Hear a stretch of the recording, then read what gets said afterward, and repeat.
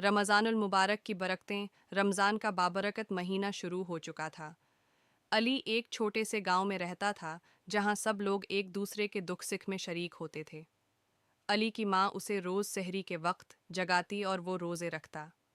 लेकिन एक दिन अली ने बाजार में एक गरीब बच्चे को देखा, जो फटे हुए कपड़ों में घूम रहा था और बहुत भूखा है लग रहा था।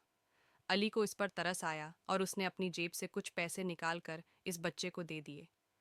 लेकिन उसका दिल अभी भी मुतमईन न हुआ।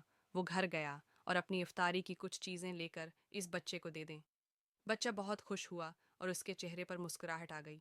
अली को ऐसा लगा जैसे उसने वाकई रमज़ान की असल रूह को समझ लिया हो। इस दिन के बाद अली ने फैसला किया कि वो रोज़ कोई ना कोई नेकी ज़रूर करेगा।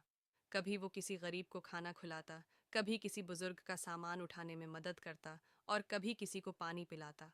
आहिस्ता आहिस्ता गांव के दूसरे बच्चे भी उसके साथ शामिल हो गए। वो सब मिलकर रोज़ नेकी के काम करते और खुशी महसूस करते। रमज़ान के आखिरी इशरे में अली की माँ ने उसे बताया कि एतिकाफ़ करने वाले लोग मस्जिद में बैठकर अल्लाह की इबादत करते हैं।